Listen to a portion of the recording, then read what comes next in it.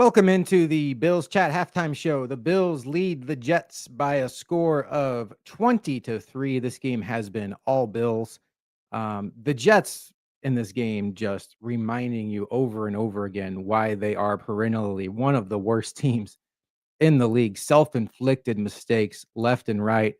But I don't know if the Bills are getting enough credit for what they're doing defensively. When you listen to what Tony Romo was saying on the broadcast about how the Jets are controlling this game, the Jets have. Let's just look at it. How many yards do they even have? Up until that last drive, they had next to nothing. Justin Fields has 25 yards passing. Brees Hall is seven carries for 16 yards.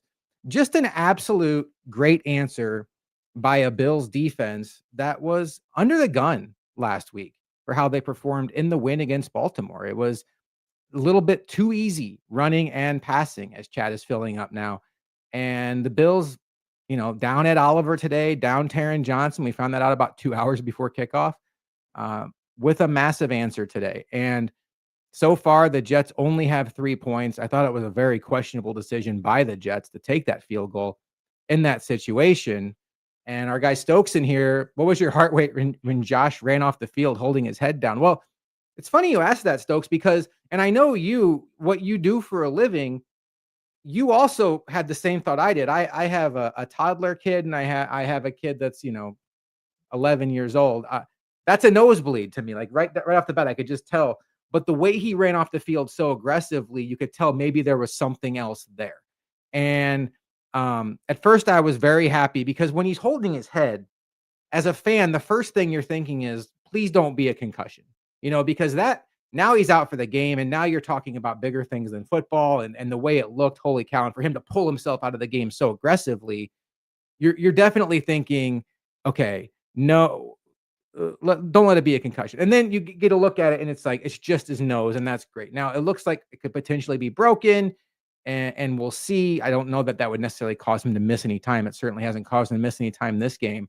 But yeah, nobody wants to see Josh Allen run off the field that aggressively. But hey, credit to Mitch Trubisky, who comes in a chaotic situation. It's Josh Allen runs off the field and it's 3rd and long. And Mitch Trubisky comes in and he's like, hey, I guess I'll just go right after Sauce Gardner and throw a 32-yard pass right in his face. And it worked and extended the drive, and the Bills get a field goal out of it. So I liked that. But I think the story of the Bills offense this game, a little bit underwhelming, right? Like it feels like in a game where they're up 20-3, it feels like the lead should almost be more. And that's okay. The Jets have a good defense. And this is a division game, as Luka likes to remind us all the time. These two teams know each other very well. Also, when games start, as we're going to see what Roy Collins has here, when the hell did Bean go get Josh Allen, a receiver who can actually get open? Yeah, Roy, I feel that. I'll get to that in a second. The game gets underway, and first drive, the Bills go 3 and out on defense. Justin Fields off the field. Second drive, they force the fumble. I thought it was pretty clear early on in this game that the Jets offense is not going to be much of a threat to really punch back against these Bills, particularly once you get them in the situation the Bills have them in now, where they're down by multiple scores going into the second half. So you have them right where you want them, where they're going to have to throw to get back in this game. And that takes away so much of what makes the Jets similar. I cannot believe we spent a week listening to people talk about, well, if the Ravens did so well against the Bills, what do you think the Jets are going to do? I don't know why we're mentioning these two teams in the same sentence personally, but that's just me. But it does take a lot of the read option out of it, takes Brees Hall out of it in the running game. I mean, they still can run the ball, but you will run out of time if you try to stick to the run. So we shall see. But I do think this is a very favorable position. But offensively for the Bills, when you get in a situation like that, you just don't want to make a mistake. You don't want to give them a turnover that leads to a short field, that leads to momentum, similar to what we saw with Derrick Henry fumbling last week. You see Josh Allen being extra careful with the ball. Romo even called out on the broadcast. There was a couple of chances where he probably could have thrown it up for a 50-50 ball, but he decides to tuck it and run. This has all the makings of a game where the Bills are going to let the Jets try to come back on offense. They're not going to do them any favors on their own offense. They're still running their offense, but they're not going to do anything insane. Let's go back to Roy Collins' question. When the hell does Bean get Josh Allen a receiver who can actually get open? Oh, Roy, I'm with you and I hear you. And I do like what I've seen from Keon Coleman today, albeit I do only think one of those came against Sauce Gardner. But beyond that, what is Keon's numbers? They took back the one for offensive pass interference. He's 3 for 26. Okay. Josh Palmer has 1 for 32, which I do believe came against Sauce Gardner. And then Dalton Kincaid is 3 for 25. But the problem for me with Dalton Kincaid is the drop that was ultimately still okay because it was defensive holding. I just need him to hold on to those balls. Where is Khalil Shakir? This is a Jets defense that was one of a bottom 5 defenses last year against a slot receiver. Khalil Shakir has 0 targets and 0 yards. Obviously, you're not going to get many yards when you have 0 targets. Right now, the only 4 Bills players to even have a target in this game, this is what I'm looking at here is incorrect. Okay, I take that back. He has 1 target, but no catches. You have Joshua Palmer, Keon Coleman, Dalton Kincaid, and Dawson Knox who have registered catches. And then you have Ty Johnson, Khalil Shakir, and Tyrell Shavers who have registered targets. But Johnson, Shakir, and Shavers have not actually caught the ball. So I think this is going to be a theme all season, Roy. This Bills offense does not have great weapons. They have an absolute unicorn at quarterback in Josh Allen. They have a borderline top 5 running back in the sport in James Cook, who again made a massive play today. The transformation of James Cook from year 1 and 2, where when you watch this kid at Georgia, it's so funny. When you watched him at Georgia, the thing that popped to you was his receiving ability. It's like, holy cow, this is like a wide receiver playing running back, the way he runs routes, the way he gets open. And then he gets to the league and he can't block well enough to really be trusted on third downs. They go out and get Ty Johnson, who they love. And then it puts him in a situation where he's just a running back. And you saw early in his career how many arm tackles he went down on, how he would have such fast straight line speed, but side to side, he wasn't that quick.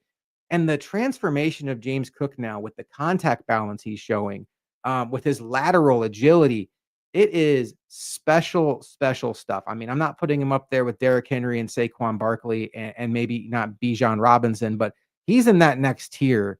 And when he's cooking, no pun intended, this offense is really tough to stop. But the weapons in the passing game, there's nobody that just scares a defense. Dalton Kincaid has some good qualities, but he's never put it all together to become that elite tight end. Joshua Palmer, I think, is what he is at this point. I know there was a lot of Bills fans that were excited about him. He's a professional receiver. He gets open well. He has good hands. He has good deep ability, but he's not somebody that defenses are going to stay up at night and try to figure out how to stop. Really, it's about Keon Coleman at this point.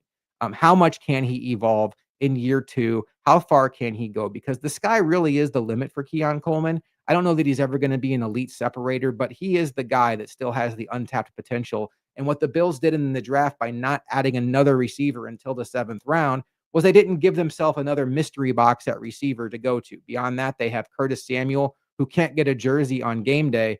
And they have Elijah Moore, who is just a wide receiver for. And we'll have to see more out of Khalil Shakir. The McChronicles here. How good has Joey Bosa and the defensive tackles been? Joey Bosa has been fantastic. The defense has absolutely answered the bell, McChronicle. And Joey Bosa, you're seeing it both from a pressure standpoint, and that's not nothing. When you talk about the 2 tackles on the Jets and how they did last week against TJ Watt and the Steelers, Joey Bosa is getting consistent pressure. And then the play he made to punch the ball out was fantastic. I also think the defensive tackles have been very, very good. You're seeing a lot of situations where the defensive tackles, they're almost taking that old school 2000 Ravens approach where it's just, we're not even trying to get penetration. We're just trying to tie up blockers, and we're going to let Milano and Bernard run free. That's more of an old school football approach. It's not necessarily what we're used to out of these Buffalo Bills, but I've noticed it several times. It makes me think maybe that is their game plan and why they opted to start Deon Walker over someone like a TJ Sanders, who has been in on a lot of third downs because of the space he can take up. And really, for defensive tackles, it's not so much about penetration. It's about taking up space and keeping your linebackers clean. All right, so what do we have here? The Bills are up 20-3, 3-possession lead, and they get the ball coming out of the second half. So the keys in the second half are very simple. 1, do not turn the ball over. This is a Jets team that has not proven they're going to be able to go on consistent scoring drives against you. So let's be smart on offense, but let's not be too conservative. I do think there's room here for the Bills to open it up. One more touchdown should put this thing away. And I think if the Bills can get that on their first drive, it's going to be Mitch Trubisky time in the fourth quarter. The second one is the Bills have gone a little bit after Sauce Gardner, but at this point, why? Stevenson is horrendous. He is horrendous. When he makes a stop, he gets a penalty. There's no reason to go after Sauce Gardner at this point. And then 3 on defense, just keep doing what you're doing. I love the lane integrity you're seeing out of all players on defense, including the cornerbacks. As we have seen big defensive stops in the running game by Tre'Davious White and Christian Benford. White is back, by the way. He got the start over strong, and you're seeing him do very well in run support. Quickly around the league, Joe Burrow has left the Bengals and Jaguars game with a leg injury, has not returned.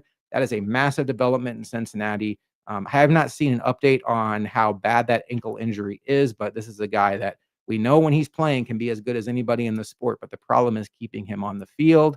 The Miami Dolphins might be as bad as expected, as they have now given up a scoring drive on every defensive possession. But last checked, 15-14 there down to New England because New England cannot kick an extra point. They're 0 for 2 so far on extra points. Not a good look.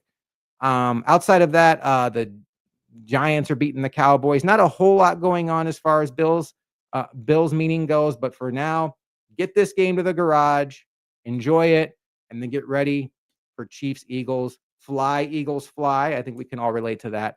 Enjoy the second half, everybody. Luca and I will be back tomorrow morning for a full breakdown of Bills, Jets, and everything around the NFL with Bills Chat Podcast back on Wednesday for Bills Chat Live episode 2 this season. And then I'll be back next week on Thursday Night Football. Quick turnaround this week at halftime of Bills and Dolphins on Thursday Night Football. Enjoy the second half, and I will talk to you next week.